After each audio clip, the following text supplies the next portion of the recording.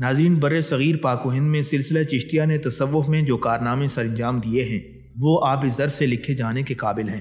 سرزمین ہند میں سلسلہ چشتیہ کے فیوز و برکات کا سلسلہ خواجہ معین الدین چشتی رحمۃ اللہ علیہ کی ذات گرامی سے شروع ہوا اور بعد کے ادوار میں شیخ قطب الدین بختیار کاکی، حضرت بابا فرید الدین گنج شکر، شیخ نظام الدین اولیاء اور شیخ علاء الدین علی احمد صابر کلیری رحمۃ اللہ علیہ جیسے بزرگوں نے اس شجر طوبہ کو سیراب کیا اور اسے تناور درخت کی شکل میں کھڑا کیا۔ ان خدمات کا سہرا خواجہ معین الدین چشتی اجمیری رحمۃ اللہ علیہ کے شیخ خواجہ عثمان ہارونی رحمۃ اللہ علیہ کے سر جاتا ہے، جنہوں نے حضرت خواجہ معین الدین چشتی اجمیری رحمۃ اللہ علیہ جیسے صاحب دل شخصیت کی تربیت کر کے انہیں کندن بنایا تھا۔ حضرت خواجہ عثمان ہارونی رحمۃ اللہ علیہ علم و عمل کے میدان میں امتیازی حیثیت کے حامل تھے، ظاہری و باطنی علوم میں ید طولہ رکھتے تھے اور تصوف و سلوک کے باب میں اعلیٰ مقام پر فائز تھے۔ حضرت خواجہ عثمان ہارونی رحمۃ اللہ علیہ کی پیدائش 526 ہجری میں نیشا پور کے علاقے میں مقام ہارون میں ہوئی۔ آپ رحمۃ اللہ علیہ کا نام عثمان، کنیت ابو النور اور لقب شیخ الاسلام تھا۔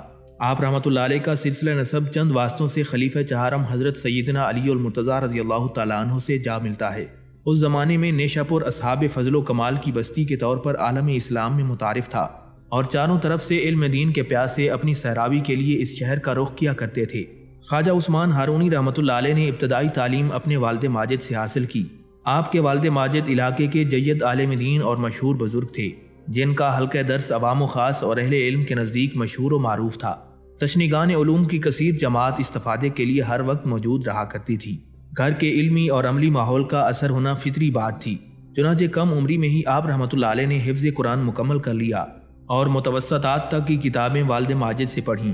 علوم کی تکمیل کے لیے نیشا پور روانہ ہوئے اور یہاں رہتے ہوئے آپ نے علوم ظاہریہ میں ادراک حاصل کیا۔ تلاوت قرآن مجید کا شوق اس قدر غالب تھا کہ روزانہ ایک قرآن مکمل ختم فرمایا کرتے تھے۔ خواجہ عثمان ہارونی رحمۃ اللہ علیہ علوم ظاہریہ کی تکمیل کے بعد باطنی علوم کی جانب متوجہ ہوئے۔ آپ رحمۃ اللہ علیہ شیخ کامل کی تلاش میں سرگردہ رہے، یہاں تک کہ ذات باری تعالیٰ نے آپ کو ولی کامل شیخ محمد شریف زندنی رحمۃ اللہ علیہ کی خانقاہ میں پہنچا دیا۔ یہاں پہنچ کر آپ رحمۃ اللہ علیہ کو اطمینان قلبی حاصل ہوا اور آپ پھر یہیں کے ہو کر رہ گئے۔ بیعت کے بعد مسلسل 3 سال تک شیخ کی خانقاہ میں عبادت و ریاضت میں مشغول رہے۔ مجاہدات کی بھٹی میں جب آپ مکمل کندن ہو گئے تو شیخ نے آپ کو خرقہ خلافت سے سرفراز فرمایا اور کلاه ترکی عطا فرمائی، جس میں 4 کونے تھے۔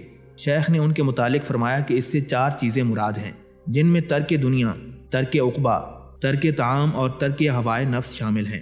شیخ کامل سے جدا ہو کر آپ رحمۃ اللہ علیہ خلق خدا کی ہدایت کے لیے روانہ ہو گئے۔ آپ رحمۃ اللہ علیہ بہت زیادہ مجاہدہ کیا کرتے تھے، یہاں تک کہ 7 دن کے بعد ایک مرتبہ منہ بھر کر پانی نوش فرمایا کرتے تھے۔ اولیاء اللہ کا یہ معمول رہا ہے کہ وہ دنیاوی لذتوں سے دور رہا کرتے تھے، کیونکہ وہ عشق حقیقی کی لذت سے آشنا ہوتے تھے۔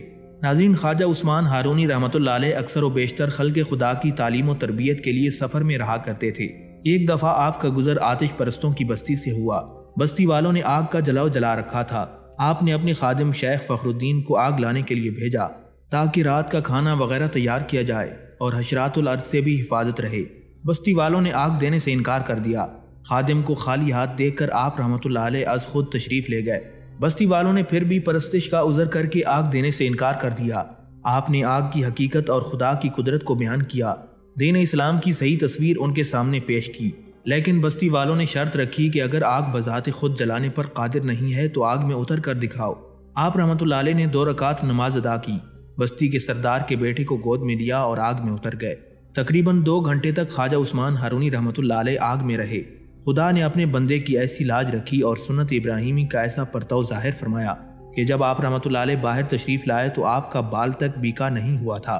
خواجہ عثمان ہارونی رحمۃ اللہ علیہ کے اس عمل نے بستی والوں پر ایسا اثر مرتب کیا کہ پوری بستی سردار سمیت حلقہ اسلام میں داخل ہو گئی۔ خواجہ عثمان ہارونی رحمۃ اللہ علیہ کا یہ واقعہ انسانی سوچ سے بعید نہیں ہے، کیونکہ جو اللہ کا ہو جاتا ہے اللہ بھی اسی کا ہو جاتا ہے۔ ناظرین، خواجہ عثمان ہارونی رحمۃ اللہ علیہ مسلسل سفر میں رہا کرتے تھے اور موقع مناسبت سے عوام الناس کو دعوت و تبلیغ کے ذریعے خدا کی جانب بلایا کرتے تھے۔ خواجہ عثمان ہارونی رحمۃ اللہ علیہ کے دست مبارک پر خلق کثیر نے اسلام قبول کیا اور گناہگاروں کی کثیر جماعت تائب ہو کر راہ خدا میں مصروف عمل ہوئی۔ آپ رحمۃ اللہ علیہ کی عبادت و ریاضت اور مجاہدے کے طفیل اللہ تبارک و تعالیٰ نے آپ کی تربیت میں خواجہ معین الدین چشتی اجمیری رحمۃ اللہ علیہ جیسا نگینہ منتخب کر کے عنایت فرمایا تاکہ دین کی خدمت کا سلسلہ جاری رہے۔ ناظرین، حضرت خواجہ عثمان ہارونی رحمۃ اللہ علیہ ولایت کے اس بلند مقام پر فائز تھے کہ آپ کی دعائیں کبھی رد نہیں ہوتی تھیں۔ آپ رحمۃ اللہ علیہ سے بے شمار کرامتیں صادر ہوئیں اور آپ کے درس و تدریس، واعظ و نصیحت اور اصلاح و تذکیر سے ہزاروں بے دینوں اور ملحدوں کو دین اسلام کی دولت نصیب ہوئی۔ آپ رحمۃ اللہ علیہ کی بدولت لاکھوں گم کردہ راہ مسلمانوں نے ہدایت پائی۔ حضرت خواجہ عثمان ہارونی رحمۃ اللہ علیہ کی خصوصی تربیت سے بے شمار حضرات کو مرتبہ ولایت بھی حاصل ہوا۔ حضرت خواجہ معین الدین چشتی رحمۃ اللہ علیہ فرماتے ہیں کہ دوران سفر ایک دن میں مرشد کامل حضرت خواجہ عثمان ہارونی رحمۃ اللہ علیہ کے ساتھ ایک ایسے دریا پر پہنچا جس پر نہ تو پل تھا اور نہ ہی کشتی، حتیٰ کہ دوسری طرف جانے کا کوئی سامان بھی نہیں تھا۔ مرشد برحق نے مجھ سے فرمایا کہ آنکھ بند کر لو۔ تھوڑی دیر بعد فرمایا آنکھ کھول دو۔ جب میں نے آنکھ کھول کر دیکھا تو ہم دونوں دریا کے دوسرے کنارے پر کھڑے تھے۔ مجھے یہ پتہ بھی نہ چل سکا کہ ہم نے اس دریا کو کیسے پار کیا۔ ایک مرتبہ خواجہ عثمان ہارونی رحمۃ اللہ علیہ کی مجلس میں ایک شخص حاضر ہوا اور عرض کرنے لگا کہ 40 سال سے میرا لڑکا غائب ہے اور اس کی کچھ خبر نہیں کہ وہ کہاں ہے۔ مرشد کامل اس بارے میں توجہ فرمائیں۔ حضرت خواجہ عثمان ہارونی رحمۃ اللہ علیہ نے مراقبے میں سر جھکا لیا اور تھوڑی دیر بعد فرمایا تیرا لڑکا مکان پر آ چکا ہے۔ جب وہ شخص گھر پہنچا تو لڑکے کو موجود پایا۔ فوراً ہی لڑکے کو لے کر خواجہ صاحب کی بارگاہ میں حاضر ہوا اور شکریہ ادا کیا۔ حاضرین نے اس لڑکے سے ماجرا پوچھا تو اس نے کہا کہ میں ایک جزیرے میں شیطانوں کی قید میں تھا۔ آج ایک بزرگ جن کی صورت خواجہ عثمان ہارونی رحمۃ اللہ علیہ سے ملتی جلتی تھی میرے پاس تشریف لا کر فرمانے لگے کہ اٹھ اور میرے پیر پر اپنا پیر رکھ اور اپنی آنکھ بند کر لے۔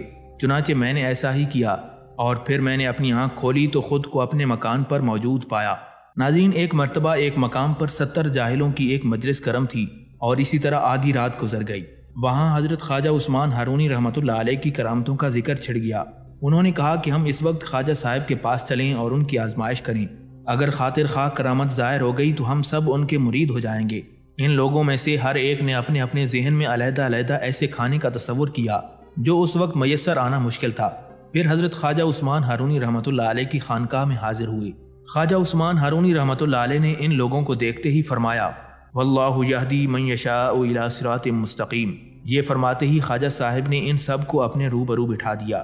پھر بسم اللہ الرحمن الرحیم پڑھ کر اپنے ہاتھ آسمان کی طرف اٹھائے۔ فوراً ہی ایک دسترخوان غیب سے ظاہر ہوا جس میں 70 مختلف قسم کے کھانے رکھے ہوئے تھے۔ ہر ایک نے اپنی اپنی خواہش کے مطابق جدا جدا کھانے بانٹے۔ جب ان جاہلوں نے آپ رحمۃ اللہ علیہ کی یہ روشن کرامت دیکھی تو دل و جان سے مرید ہو گئے اور ظاہری و باطنی کمالات سے بہرہ ہوئے۔ حضرت خواجہ عثمان ہارونی رحمۃ اللہ علیہ کی عمر کا ایک بڑا حصہ ولایت کی تکمیل، اللہ رب العزت کی بنائی ہوئی کائنات کے مشاہدے اور علم شریعت و طریقت کی تحصیل کے لیے سفر میں گزارا۔ ان اسفار میں آپ رحمۃ اللہ علیہ نے اپنے چہیتے اور لاڈلے خلیفہ حضرت خواجہ معین الدین چشتی رحمۃ اللہ علیہ کو بھی ساتھ میں رکھا۔ حضرت خواجہ غریب نواز رحمۃ اللہ علیہ کے اجمیر روانہ ہونے سے پہلے سلطان شمس الدین التمش کے عہد حکومت میں خواجہ عثمان ہارونی رحمۃ اللہ علیہ دہلی تشریف لائے۔ یہاں حضرت خواجہ غریب نواز رحمۃ اللہ علیہ بھی آپ کے ساتھ تھے۔ آپ نے مرشد کی بہت خدمت کی۔ سلطان شمس الدین التمش جس کو بزرگان دین سے بے پناہ محبت تھی، اس نے بھی خواجہ عثمان ہارونی رحمۃ اللہ علیہ کی بہت زیادہ عزت کی۔ حضرت عثمان ہارونی رحمۃ اللہ علیہ نے خواجہ غریب نواز کو حکم دیا کہ سلطان شمس الدین التمش کی تعلیم و تربیت کے لیے ایک کتاب لکھو۔ چنانچہ آپ نے گنج اسرار نامی ایک کتاب لکھی۔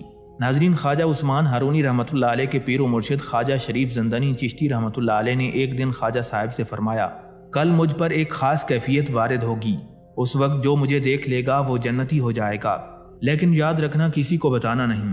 اگر یہ بات کسی کو بتائی تو یاد رکھنا کہ وہ شخص تو جنتی ہو جائے گا لیکن تمہارے لیے اس کا الٹ ہو جائے گا، مطلب یہ کہ تم دوزخی ہو جاؤ گے۔ خواجہ عثمان ہارونی رحمۃ اللہ علیہ نے فرمایا یا مرشد اگر اجازت ہو تو اپنے پیارے مرید خواجہ معین الدین چشتی رحمۃ اللہ علیہ کو بتا دوں۔ پیر و مرشد نے فرمایا کہ چلو ٹھیک ہے بتا دو، لیکن یاد رکھنا کہ اس سے بھی یہی فرما دینا کہ کسی اور کو نہ بتائے ورنہ اس کے لیے یہ الٹ ہو جائے گا۔ خواجہ عثمان ہارونی رحمۃ اللہ علیہ نے یہ بات خواجہ معین الدین چشتی رحمۃ اللہ علیہ کو بتا دی۔ اب معاملہ یہ ہوا کہ خواجہ معین الدین چشتی رحمۃ اللہ علیہ نے یہ بات سب کو بتا دی کہ میرے دادا مرشد کل ایسی حالت میں ہوں گے کہ جو بھی ان کو دیکھے گا وہ جنتی ہو جائے گا۔ اگلے دن جب خواجہ حاجی شریف زندانی رحمۃ اللہ علیہ پر وہ حالت طاری ہوئی تو کیا دیکھا کہ آپ کے گھر کے باہر ہزاروں لوگوں کا جمع غفیر آیا ہوا ہے اور حضرت شریف زندانی رحمۃ اللہ علیہ کی زیارت کر رہا ہے۔ آپ نے حضرت خواجہ عثمان ہارونی رحمۃ اللہ علیہ سے فرمایا کہ یہ کس نے لوگوں کو بتایا ہے؟ انہوں نے خواجہ معین الدین سے پوچھا تو معین الدین نے فرمایا میں نے تجھے بتا کر یہ منع کیا تھا کہ کسی اور کو نہ بتانا ورنہ تمہارے لیے اس کا الٹ ہو جائے گا۔ اس پر خواجہ معین الدین چشتی رحمۃ اللہ علیہ نے فرمایا، سرکار اگر میرے دوزخ میں جانے سے ہزاروں لوگ آپ کی زیارت کر کے جنت میں چلے جائیں تو یہ سودا منافع بخش ہے، مجھ ایک کے دوزخ میں چلے جانے سے ہزاروں لوگوں کی بخشش ہو جائے تو اور کیا چاہیے۔ اس پر خواجہ حاجی شریف زندنی رحمۃ اللہ علیہ نے فرمایا، سبحان اللہ معین الدین، تو نے کیا بات کہہ دی، تو جنتی ہے اور تو غریب نواز ہے۔ یوں وہاں سے حضرت خواجہ معین الدین چشتی رحمۃ اللہ علیہ غریب نواز مشہور ہو گئے۔ ناظرین، ایک مرتبہ بادشاہ وقت نے حضرت خواجہ عثمان ہارونی رحمۃ اللہ علیہ کو سماع سننے سے منع کر دیا، بلکہ شہر کے تمام قوالوں کو حکم دیا کہ اگر کوئی قوال کسی مجلس میں سماع کرے گا تو اسے قتل کر دیا جائے گا۔ حضرت خواجہ عثمان ہارونی رحمۃ اللہ علیہ نے بادشاہ کو کہا کہ سماع ایسی چیز ہے جو ہمارے پیروں کی سنت ہے، ہمیں سماع سے کوئی نہیں روک سکتا۔ اس پر سلطان نے کہا کہ پہلے سماع کے جواز میں علماء کرام کے ساتھ مناظرہ کریں، پھر دیکھا جائے گا۔ چنانچہ شہر کے علماء کی ایک مجلس برپا کر دی گئی جس میں بادشاہ خود بھی شریک ہوا۔ حضرت خواجہ عثمان ہارونی رحمۃ اللہ علیہ خود بھی اس محفل میں تشریف لے گئے۔ علماء نے چاہا کہ سماع کے متعلق خواجہ صاحب سے بات کریں، مگر وہ تمام کے تمام اپنے آپ کو بے علم محسوس کرنے لگے۔ جو کچھ وہ جانتے تھے ان کے حافظے سے محو ہو چکا تھا، حتیٰ کہ الف سے لے کر یا تک تمام حروف بھی بھول گئے۔ بادشاہ نے بڑا زور لگایا کہ علماء بات کریں، مگر وہ گفتگو سے عاجز نظر آتے تھے۔ آخر اس کے بغیر چارہ کار نہیں تھا کہ انہیں اپنی شکست کا اعتراف کرنا پڑا اور وہ آہوزاری کرنے لگ گئے۔ یہ منظر دیکھ کر علماء کہنے لگے، اے عثمان، خدارا ہماری عمر کا حاصل شدہ علم برباد نہ کیا جائے، آپ بزرگ ہیں اور سخی ہیں، ہمارے حال پر رحم کریں اور اپنی نظر عنایت سے ہمارے علوم کو زندہ کر دیں۔ ان کی درخواست پر خواجہ عثمان ہارونی رحمۃ اللہ علیہ نے ان کے گم شدہ علوم کو تو لوٹا دیا، بلکہ ان پر باطنی علوم کے دروازے بھی کھول دیے۔ اس واقعے کو دیکھ کر تمام علماء کرام حضرت خواجہ عثمان ہارونی رحمۃ اللہ علیہ کے مرید ہو گئے۔ بادشاہ بھی پشیمان ہوا اور معذرت کرنے لگا، اور پھر اس کے بعد اس نے کبھی سماع کی ممانعت نہیں کی۔ ناظرین، حضرت خواجہ عثمان ہارونی رحمۃ اللہ علیہ کے خلفاء میں 4 بہت مشہور ہوئے، جن میں حضرت خواجہ معین الدین چشتی رحمۃ اللہ علیہ، حضرت خواجہ نجم الدین صغر رحمۃ اللہ علیہ، خواجہ سعدی اور خواجہ محمد ترک رحمۃ اللہ علیہ شامل ہیں۔ حضرت خواجہ عثمان ہارونی رحمۃ اللہ علیہ ہمیشہ یہ دعا کرتے تھے کہ اللہ تعالیٰ انہیں مکہ مکرمہ کی خاک میں دفن ہونے کی سعادت عطا کرے۔ چنانچہ اللہ رب العزت نے آپ کی یہ دعا سن لی۔ خواجہ عثمان ہارونی رحمۃ اللہ علیہ نے 1220 عیسوی میں مکہ مکرمہ میں وفات پائی اور آپ کو جنت المالا کے قریب دفن کیا گیا۔ علوم ظاہری کی تکمیل کے بعد خواجہ معین الدین چشتی رحمۃ اللہ علیہ مرشد کامل کی تلاش میں نکل پڑے۔ اب آپ کا رخ عراق کی طرف تھا۔ راستے میں نیشا پور کے مقام پر حضرت خواجہ عثمان ہارونی رحمۃ اللہ علیہ سکونت پذیر تھے۔ حضرت خواجہ معین الدین چشتی رحمۃ اللہ علیہ کچھ دن تک ایک عام طالب علم کی حیثیت سے حضرت عثمان ہارونی رحمۃ اللہ علیہ کی خدمت میں حاضر ہوتے رہے، مگر شیخ نے آپ کی طرف کوئی توجہ نہ دی۔ یہ دیکھ کر خواجہ غریب نواز رحمۃ اللہ علیہ پر شدید مایوسی کا غلبہ ہوا۔ کئی بار عقل نے فریب دیا کہ یہاں تیرے مقدر کا کچھ نہیں ہے، کسی دوسرے آستانے پر جا کر قسمت آزمائی کر۔ خیالات کی یہ سرکشی بڑی خوفناک تھی، لیکن آپ نے بڑی ہمت سے اس پر قابو پا لیا اور مسلسل خواجہ عثمان ہارونی رحمۃ اللہ علیہ کی بارگاہ میں حاضری دیتے رہے۔ پھر ایک دن آپ نے ان الفاظ کے ساتھ اپنی خواہش کا اظہار کر دیا، میری دلی تمنا ہے کہ حضور مجھے مستقل غلامی کا شرف بخشیں۔ حضرت خواجہ عثمان ہارونی رحمۃ اللہ علیہ نے آپ کی اس خواہش کے جواب میں فرمایا، اے فرزند، مجھ سے اپنا ہی بوجھ نہیں اٹھتا تو پھر تمہارا بار گراں کیسے اٹھاؤں گا۔ خواجہ عثمان ہارونی رحمۃ اللہ علیہ آپ کو ٹالنا چاہتے تھے، مگر خواجہ غریب نواز رحمۃ اللہ علیہ اصرار کرتے رہے۔ جہاں آپ کے سینکڑوں خادم ہیں وہاں ایک غلام کے اضافے سے کیا فرق پڑے گا۔ خواجہ عثمان ہارونی رحمۃ اللہ علیہ نے پھر اپنا دامن بچانے کی کوشش کرتے ہوئے فرمایا، یہ سب کے سب کسی خوش فہمی میں مبتلا ہیں۔ یہ لوگ مجھے مرشد کامل سمجھتے ہیں، مگر ان نادانوں کو کیا خبر کہ ان کا پیر خود منزل کی تلاش میں ہے۔ خواجہ غریب نواز رحمۃ اللہ علیہ نے پیر و مرشد کی بارگاہ میں عرض کیا، ان لوگوں کی طرح میں بھی آپ سے حسن ظن رکھتا ہوں۔ حضرت خواجہ معین الدین چشتی رحمۃ اللہ علیہ نے اس انداز سے اظہار عقیدت کیا کہ حضرت عثمان ہارونی رحمۃ اللہ علیہ متاثر ہوئے بغیر نہ رہ سکے، اور پھر شیخ نے آپ کو اپنے حلقہ ارادت میں شامل کر لیا۔ حضرت خواجہ معین الدین چشتی رحمۃ اللہ علیہ اپنے پیر و مرشد کی خدمت میں تقریباً 2.5 سال تک حاضر رہے۔ شیخ جہاں بھی جاتے آپ غلاموں کی طرح ساتھ رہتے، ساری رات محض اس خیال سے جاگتے کہ کہیں پیر و مرشد کو کسی چیز کی ضرورت نہ پیش آ جائے۔ جیسے جیسے دن گزر رہے تھے آپ کے جذبہ خدمت گزاری میں اضافہ ہوتا جا رہا تھا۔ مشہور روایت ہے کہ حضرت عثمان ہارونی رحمۃ اللہ علیہ نے انسانی ہجوم سے بچنے کے لیے قصداً اپنے ظاہری کمالات پر پردہ ڈال دیا تھا۔ لوگ آپ کا نام سن کر دور دراز مقامات سے چلے آتے تھے، مگر جب شیخ سے کسی کشف و کرامت کا اظہار نہ ہوتا تو مایوس ہو کر لوٹ جاتے۔ پھر یہ قصے عام ہو گئے کہ حضرت خواجہ عثمان ہارونی رحمۃ اللہ علیہ ایک دنیا دار شیخ ہیں، ان کا روحانیت سے کوئی تعلق نہیں۔ خود حضرت خواجہ معین الدین چشتی رحمۃ اللہ علیہ بھی اپنے پیر و مرشد کے شب و روز کا بغور مشاہدہ کرتے رہتے تھے، اور عجیب اتفاق تھا کہ آپ نے اس طویل عرصے میں شیخ کی کوئی کرامت اپنی آنکھوں سے نہیں دیکھی تھی۔ پھر ایک وقت ایسا بھی آیا کہ حضرت خواجہ عثمان حرونی رحمۃ اللہ علیہ کے بہت سے مرید اس بات پر خفا ہو کر چلے گئے کہ انہیں ابھی تک دست غیب حاصل نہیں ہوا تھا۔ ان مریدوں کے خیال میں شیخ ظاہری علم تو رکھتے تھے مگر انہیں باطنی علم سے کوئی نسبت نہیں تھی۔ یہ بڑے نازک لمحات تھے۔ کہنے والے حضرت خواجہ معین الدین چشتی رحمۃ اللہ علیہ سے بھی کہا کرتے تھے کہ کیوں اپنا وقت برباد کر رہے ہو، یہاں کچھ نہیں ہے، کوئی اور دروازہ دیکھو۔ حضرت خواجہ معین الدین چشتی رحمۃ اللہ علیہ بدگمانوں کے اس گروہ کو سخت ترین جواب دیتے اور اسی ذوق و شوق سے خدمت شیخ میں مشغول رہتے۔ ایک بار حضرت خواجہ عثمان حرونی رحمۃ اللہ علیہ نیشہ پور سے باہر تشریف لے گئے۔ خواجہ معین الدین چشتی رحمۃ اللہ علیہ کا معمول تھا کہ آپ ہر وقت پیر و مرشد کے ساتھ رہتے۔ اس مرتبہ بھی سفر کے دوران آپ اس طرح شیخ کے پیچھے چل رہے تھے جیسے کوئی غلام اپنے آقا کے ہمراہ ہو۔ حضرت خواجہ عثمان حرونی رحمۃ اللہ علیہ کا تمام سامان خواجہ معین الدین چشتی رحمۃ اللہ علیہ کے سر پر تھا، اور آپ اس سعادت پر اس قدر نازاں تھے جیسے دولت کونین ہاتھ آ گئی ہو۔ شیخ نے ایک غیر آباد علاقے میں قیام کیا، پھر بڑے عجیب سے لہجے میں خواجہ صاحب سے فرمایا، معین الدین ساری دنیا چلی گئی، اب تم بھی چلے جاؤ۔ اگر ہمارے پاس کچھ ہوتا تو لوگ اس طرح خالی ہاتھ کیوں لوٹ جاتے؟ تم کئی سال سے ناکام و نامراد بھٹک رہے ہو، آخر تم نے کیا پایا؟ آج حضرت عثمان حرونی رحمۃ اللہ علیہ کا انداز کلام ہی کچھ اور تھا۔ خواجہ غریب نواز رحمۃ اللہ علیہ نے عرض کیا، شیخ اب میں کہاں جاؤں گا؟ آپ کے سوا دنیا میں میرا کون ہے؟ میں تو ایک کا ہو چکا، اب مجھے دوسرے کے در پر صدا دیتے ہوئے شرم آتی ہے۔ یہ کہتے ہوئے خواجہ معین الدین چشتی رحمۃ اللہ علیہ رونے لگ گئے۔ خواجہ غریب نواز رحمۃ اللہ علیہ کا یہ جواب سن کر حضرت خواجہ عثمان حرونی رحمۃ اللہ علیہ بے قرار ہو گئے اور آپ کو سینے سے لگا کر انتہائی رقت امیز لہجے میں دعا فرمائی، اے خدائے ذوالجلال معین الدین کو قبول فرما لے، اس نے میری بے سر و سامانی کے باوجود مجھے نہیں چھوڑا، تو بھی اسے زمین پر تنہا نہ چھوڑ۔ ابھی دعا کے الفاظ ختم بھی نہیں ہوئے تھے کہ خواجہ معین الدین چشتی رحمۃ اللہ علیہ بارش نور میں نہا گئے۔ ایک تیز شعاع دل و دماغ کو روشن کرتی چلی گئی، یہاں تک کہ آپ کی آنکھوں کے سامنے سے تمام حجابات اٹھ گئے۔ حضرت خواجہ عثمان حرونی رحمۃ اللہ علیہ نے آپ کو علیحدہ کرتے ہوئے پوچھا، معین الدین اب کیا نظر آتا ہے؟ خواجہ غریب نواز رحمۃ اللہ علیہ نے زار و قطار روتے ہوئے کہا، شیخ کے صدقے میں عرش الہی سے تحت الثری تک دیکھ رہا ہوں۔ حضرت خواجہ عثمان حرونی رحمۃ اللہ علیہ نے فرمایا، اللہ کا شکر ہے کہ تم سیراب ہو گئے، ورنہ عشق کے اس صحرا میں لوگ ایک بوند کو بھی ترس جاتے ہیں۔ یہ فرماتے ہوئے شیخ نے سفر کا ارادہ ترک کیا اور پھر دونوں واپس نیشہ پور تشریف لے آئے۔ ناظرین، در حقیقت یہ حضرت خواجہ غریب نواز رحمۃ اللہ علیہ کی طویل آزمائش تھی جو کم و بیش 2.5 سال تک جاری رہی۔ اس کے بعد حضرت خواجہ عثمان حرونی رحمۃ اللہ علیہ سے بے شمار کرامات کا ظہور ہوا۔ ظاہر پرستوں کا ہجوم دوبارہ لوٹ آیا، بہت سے انسانوں نے شیخ کے دست حق پر بیعت کی، ہزاروں افراد نے ایک نگاہ کرم کی بھیک مانگی، مگر خواجہ عثمان حرونی رحمۃ اللہ علیہ مسلسل یہی فرماتے رہے، جو کچھ میرے پاس تھا میں نے معین الدین کے حوالے کر دیا۔ اس سلسلے میں ایک روایت یہ بھی ہے کہ حضرت خواجہ عثمان حرونی رحمۃ اللہ علیہ حضرت خواجہ معین الدین چشتی رحمۃ اللہ علیہ کو لے کر مکہ مکرمہ حاضر ہوئے اور خانہ کعبہ کا طواف کرنے کے بعد شیخ نے بلند آواز میں فرمایا، الہی معین الدین حاضر ہے، اپنے اس عاجز بندے کو شرف قبولیت عطا فرما۔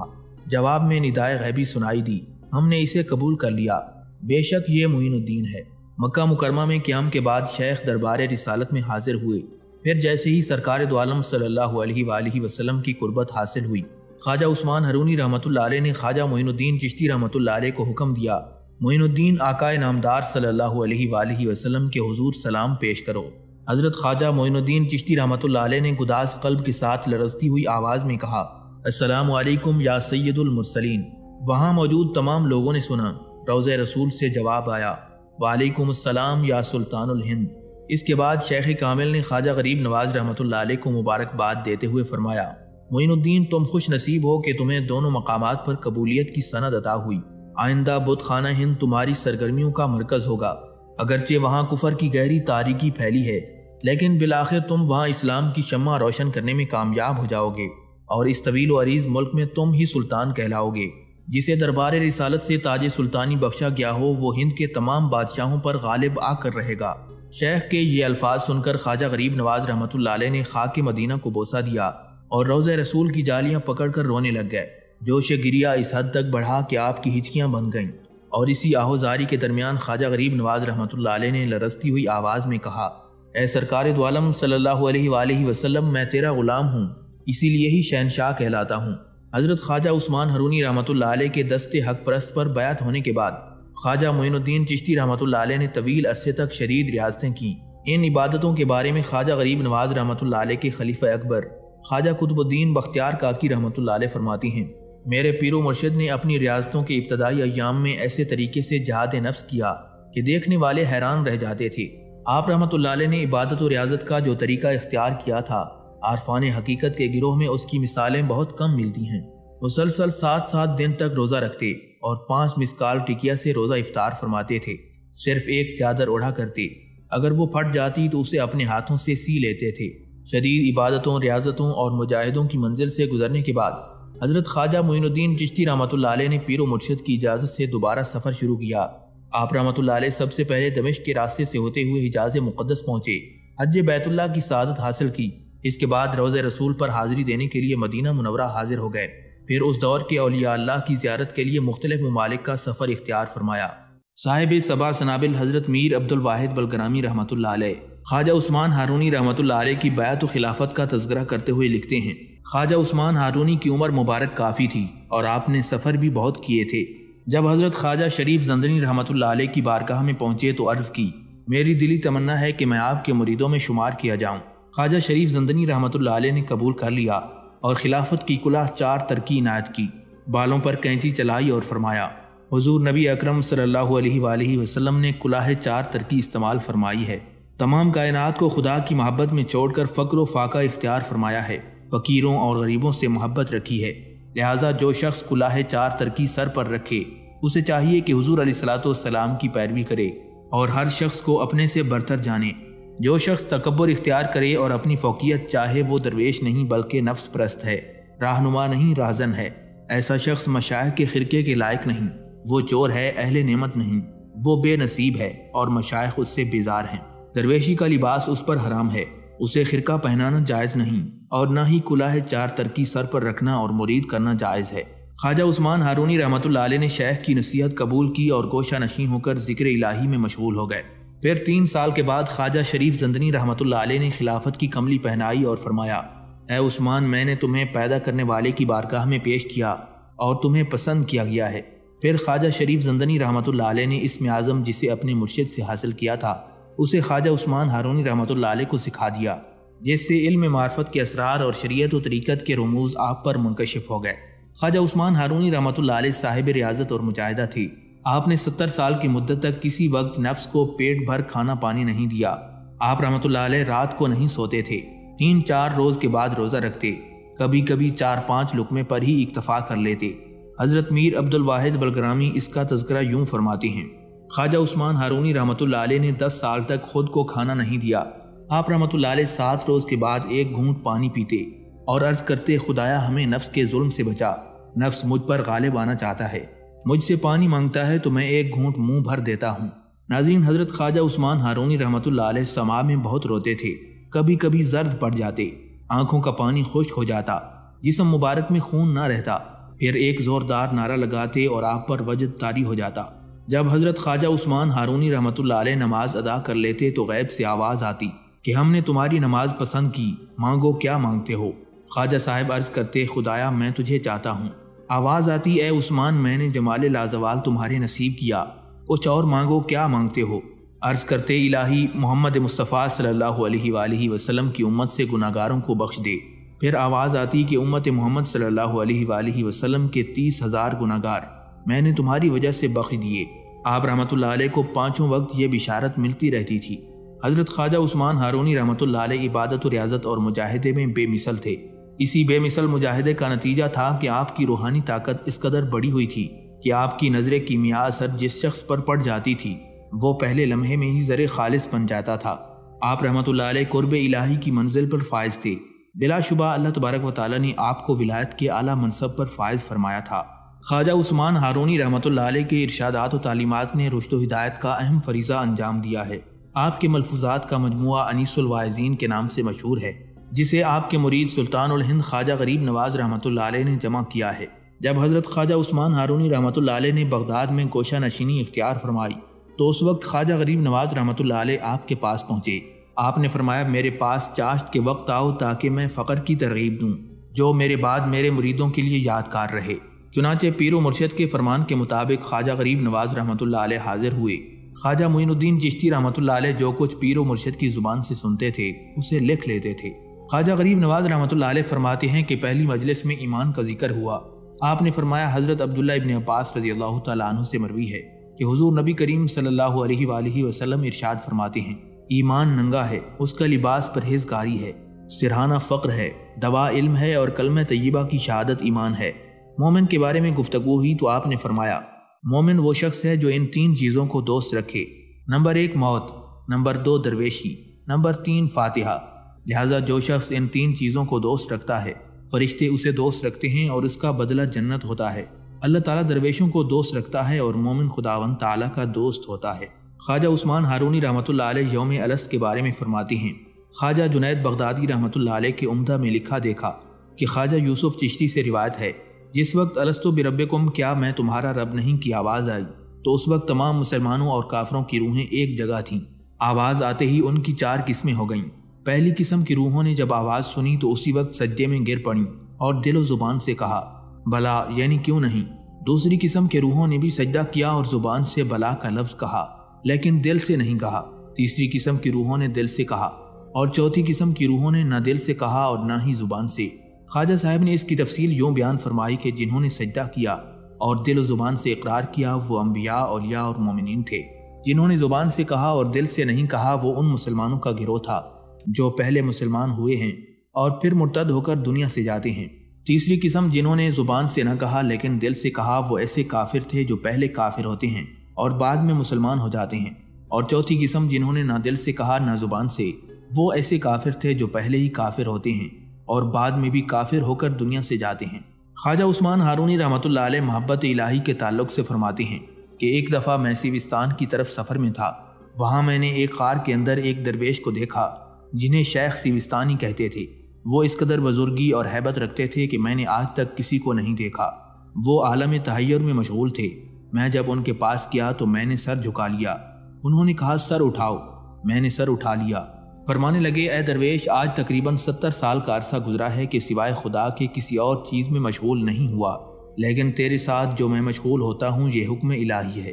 سن، اگر تو محبت کا دعویٰ کرتا ہے تو اس کے سوا کسی اور میں مشغول نہ ہونا، کسی سے میل جول نہ رکھنا، یہاں تک کہ تو جلایا نہ جائے، کیونکہ غیرت کی آگ عاشقوں کے ارد گرد رہتی ہے۔ جب عاشق نے معشوق کے سوا کسی چیز کا خیال کیا تو اسی وقت غیرت کی آگ نے اسے جلا دیا۔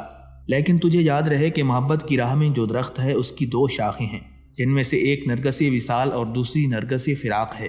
جو شخص سب سے فارغ ہو کر دوست میں مشغول ہو وہ دوست کے وصال کی دولت سے مشرف ہوتا ہے، اور جو اس کے سوا کسی اور سے رغبت کرتا ہے وہ فراق میں مبتلا ہو جاتا ہے۔ پھر فرمانے لگے، جس روز خواجہ ابراہیم رحمۃ اللہ علیہ نے توبہ کی تو آپ کے پاس جتنے غلام تھے سب کو آزاد کر دیا اور حج کے لیے روانہ ہو گئے۔ آپ پیادہ ہر قدم پر دوگانہ ادا کرتے ہوئے 14 سال کی عمر میں خانہ کعبہ پہنچے تو کیا دیکھتے ہیں کہ خانہ کعبہ اپنی جگہ پر نہیں ہے۔ یہ دیکھ کر آپ کو حیرت ہوئی۔ آواز آئی کہ اے ابراہیم صبر کرو، خانہ کعبہ ایک ضعیفہ کی زیارت کے لیے گیا ہوا ہے، ابھی آ جائے گا۔ جو ہی خواجہ صاحب نے یہ بات سنی تو آپ پہلے کی بانسبت اور زیادہ حیران ہو گئے۔ کہنے لگے کہ وہ بڑھیا کون ہے جنہیں دیکھنے کے لیے روانہ ہوئے۔ جو ہی جنگل پہنچے تو حضرت رابعہ بصری رحمۃ اللہ علیہ کو دیکھا۔ وہ بیٹھی تھیں اور کعبہ ان کے گرد طواف کر رہا تھا۔ خواجہ ابراہیم رحمۃ اللہ علیہ کے دل میں غیرت آئی۔ انہوں نے رابعہ بصری کو زور سے آواز دی کہ تو نے یہ شور کیسا برپا کر رکھا ہے؟ انہوں نے کہا، میں نے یہ شور برپا نہیں کیا بلکہ تو نے کیا ہے۔ تو 14 سال کے بعد خانہ کعبہ پہنچا ہے اور تجھے دیدار بھی نصیب نہیں ہوا، کیونکہ تیری خواہش خانہ کعبہ کی زیارت تھی اور میری غرض خانہ کعبہ کے مالک سے تھی۔ حضرت خواجہ عثمان ہارونی رحمۃ اللہ علیہ فرماتے ہیں کہ ایک دفعہ ایک یہودی راستے میں کھڑا ایک کتے کو روٹی کھلا رہا تھا۔ اتفاق سے خواجہ حسن بصری رحمۃ اللہ علیہ کا ادھر سے گزر ہوا۔ آپ نے پوچھا، اپنا ہے یا بیگانہ؟ اس نے کہا، مرد بیگانہ ہے۔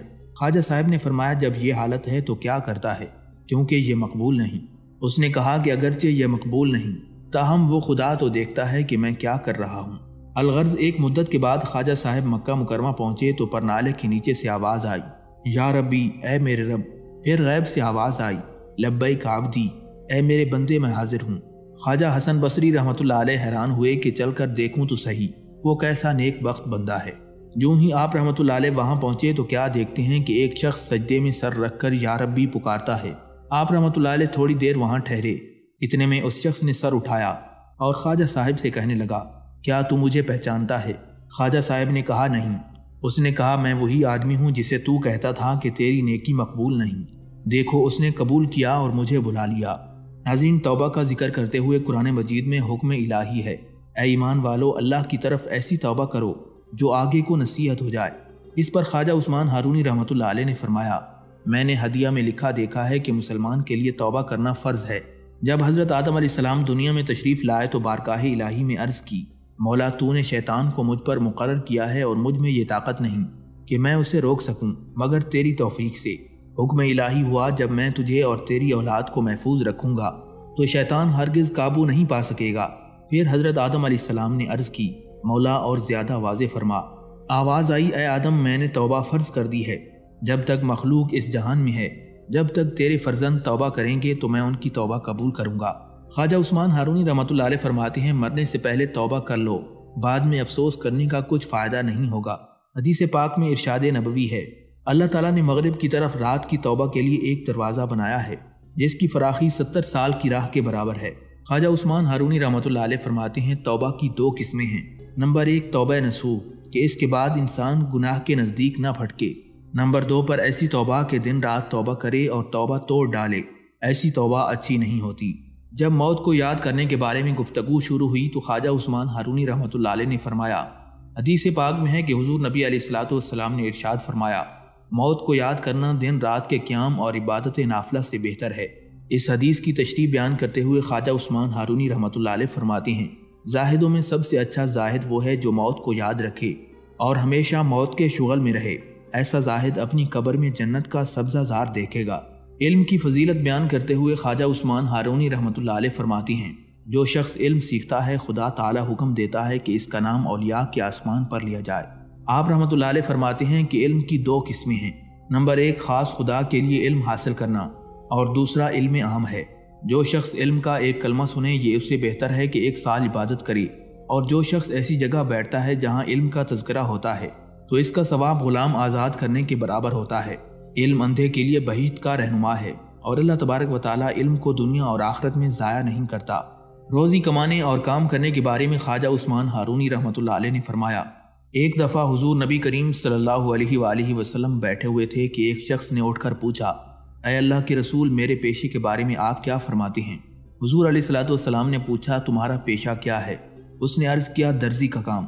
آپ نے فرمایا، اگر تم سچائی سے یہ کام کرو تو بہت اچھا ہے، قیامت کے دن تم حضرت ادریس علیہ السلام کے ساتھ جنت میں جاؤ گے۔ دوسرے آدمی نے اٹھ کر عرض کیا، یا رسول اللہ صلی اللہ علیہ وسلم میرے پیشے کے بارے میں آپ کیا فرماتے ہیں؟ حضور علیہ الصلوۃ والسلام نے پوچھا، تم کیا کام کرتے ہو؟ اس نے عرض کیا کہ میرا کام تعلیم و تدریس ہے۔ آپ نے فرمایا، تمہارے کام کو اللہ تعالیٰ بہت پسند کرتا ہے، اگر تم لوگوں کو واضح و نصیحت کرو تو قیامت کے دن حضرت خضر علیہ السلام کی طرح تمہیں ثواب ملے گا، اور اگر تم عدل و انصاف کرو تو آسمان پر فرشتے تمہارے لیے معافی کے خواستگار ہوں گے۔ پھر ایک اور شخص نے عرض کی کہ یا رسول اللہ میرے پیشے کے تعلق سے آپ کی کیا رائے ہے؟ حضور علیہ الصلوۃ والسلام نے پوچھا، تمہارا پیشہ کیا ہے؟ اس نے عرض کیا کہ میرا پیشہ تجارت اور سوداگری ہے۔ آپ نے فرمایا، اگر تم سچائی سے کام کرو گے تو جنت میں پیغمبروں کے ہمراہی ہوگی۔ حضرت خواجہ عثمان ہارونی رحمۃ اللہ علیہ فرماتے ہیں کہ روزی کمانے والا خدا کا دوست ہوتا ہے، لیکن اسے چاہیے کہ نماز ہر وقت ادا کرے اور شریعت کی حد سے باہر قدم نہ رکھے، کیونکہ حدیث پاک میں ہے کہ ایسا روزی کمانے والا خدا کا پیارا اور صدیق ہوتا ہے۔ صدقہ دینے کے بارے میں خواجہ عثمان ہارونی رحمۃ اللہ علیہ فرماتے ہیں کہ میں نے خواجہ یوسف چشتی رحمۃ اللہ علیہ کے فتاوی میں لکھا دیکھا ہے۔ حضرت ابو ہریرہ رضی اللہ تعالیٰ عنہ بیان کرتے ہیں کہ میں نے حضور علیہ الصلوۃ والسلام کی بارگاہ میں عرض کی کہ سب سے اچھا عمل کون سا ہے؟ حضور نبی علیہ الصلوۃ والسلام نے فرمایا، صدقہ دینا جہنم کی آگ کے لیے پردہ ہوتا ہے۔ اس کی وضاحت کرتے ہوئے خواجہ عثمان ہارونی رحمۃ اللہ علیہ فرماتے ہیں، حضرت عبداللہ بن مبارک رضی اللہ تعالیٰ عنہ نے فرمایا کہ میں نے 70 سال تک اپنے نفس کے ساتھ مجاہدہ کیا، میں نے بہت مصیبتیں اٹھائیں لیکن بارگاہ الہی کا دروازہ نہیں کھلا۔ جو ہی میں نے اپنی طرف خیال کیا اور جو مال میری ملکیت میں تھا سب کچھ اللہ تبارک و تعالیٰ کی بارگاہ میں خرچ کیا تو اللہ تبارک و تعالیٰ کا قرب حاصل ہو گیا۔ حضرت خواجہ عثمان ہارونی رحمۃ اللہ علیہ فرماتے ہیں کہ حضرت ابراہیم بن ادہم رحمۃ اللہ علیہ نے آثار اولیاء میں لکھا ہے کہ 1 درہم صدقہ کرنا 1 سال کی اس عبادت سے بہتر ہے جس میں دن کو روزہ رکھا جائے اور رات کو کھڑے ہو کر عبادت کی جائے۔ خواجہ صاحب مزید فرماتے ہیں کہ جس روز امیر المومنین حضرت ابو بکر صدیق رضی اللہ تعالیٰ عنہ نے 8000 دینار خدا کی راہ میں خرچ کیے اور گدڑی پہن کر بارگاہ رسالت میں حاضر ہوئے تو حضور علیہ الصلوۃ والسلام نے پوچھا، اے ابو بکر، دنیا کے ذخیرے میں سے کچھ باقی رکھا ہے؟ آپ نے عرض کیا، یا رسول اللہ صلی اللہ علیہ وسلم، خدا اور اس کا رسول ہی کافی ہے۔ جو ہی حضرت سیدنا صدیق اکبر رضی اللہ تعالیٰ عنہ نے یہ کہا، فوراً حضرت جبریل علیہ السلام ہزاروں مقرب فرشتوں کے ساتھ حاضر ہوئے اور سلام کے بعد عرض کرنے لگے، یا رسول اللہ صلی اللہ علیہ وسلم، فرمان باری تعالیٰ ہے کہ آج ابو بکر نے ہماری راہ میں اپنا مال خرچ کیا ہے، اسے ہمارا سلام ہو، اسے کہو کہ تو نے وہ کام کیا ہے جس میں ہماری رضا تھی اور ہم وہ کام کرتے ہیں جس میں تیری رضا ہے۔ حضرت خواجہ عثمان ہارونی رحمۃ اللہ علیہ آثار الاولیاء میں فرماتے ہیں، صدقہ نوری ہے اور حوروں کی خوبصورتی کا باعث ہے، صدقہ 1000 رکعت نفل سے بہتر ہے۔ جب قیامت کا دن ہوگا تو صدقہ دینے والوں کا ایک گروہ عرش کے نیچے مقام پائے گا، اور جن لوگوں نے موت سے پہلے صدقہ دیا ہے موت کے بعد وہ ان کے لیے گنبد بنے گا۔ صدقہ بہشت کی سیدھی راہ ہے، اور جو شخص صدقہ دیتا ہے وہ خدا کی رحمت سے دور نہیں ہوتا۔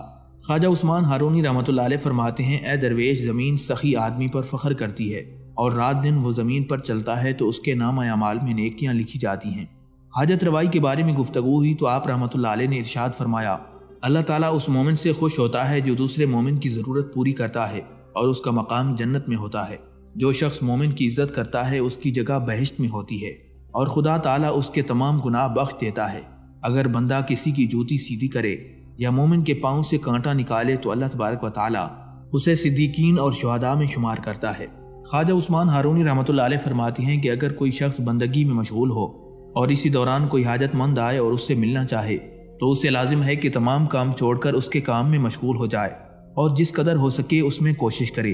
ایک حدیث پاک میں ہے کہ جو شخص اپنے مومن بھائی کی حاجت پوری کرتا ہے تو اللہ تعالیٰ اس کی دنیا و آخرت کی حاجتیں پوری کر دیتا ہے، اور قیامت کے دن وہ جنت میں جائے گا اور حضرت آدم علیہ السلام کا ہم سایہ ہوگا۔ خواجہ صاحب مزید فرماتے ہیں کہ جو شخص فقیروں کو کھانا کھلاتا ہے وہ تمام گناہوں سے پاک ہو جاتا ہے۔ جو شخص بھوکے کو کھانا کھلائے تو اللہ تبارک و تعالیٰ اس کی ہزاروں حاجتیں پوری فرماتا ہے، اسے جہنم سے آزاد کرتا ہے اور جنت میں اس کے لیے محل تعمیر کرتا ہے۔ پھر فرمایا، جس وقت کوئی آدمی پیاسے کو پانی پلاتا ہے اس گھڑی اس کے تمام گناہ بخش دیے جاتے ہیں، گویا وہ ابھی ماں کے شکم سے نکلا ہے اور بغیر حساب و کتاب جنت میں جائے گا۔ اگر اسی دن اس کی موت ہو جائے تو وہ شہید کی موت مرے گا۔